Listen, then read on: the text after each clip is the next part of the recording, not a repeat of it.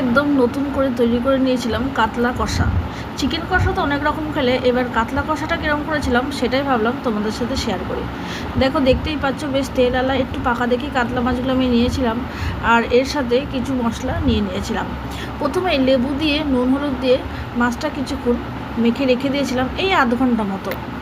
এরপরে দেখো কিছু মশলা ছিল, যেমন হচ্ছে একটু আদা, পেঁয়াজ, রসুন ওটাকে বেটে নিয়েছি, আর তার সাথে কুচি করা পেঁয়াজ, একটু জিরে গুঁড়ো, ধনে গুঁড়ো আর কাশ্মীরি মির্চের গুঁড়ো, নুন হলুদ আর কাঁচা তেল দিয়ে মাছটাকে আমরা ভালো করে মাখিয়ে রেখে দেবো আধ ঘন্টা মতো।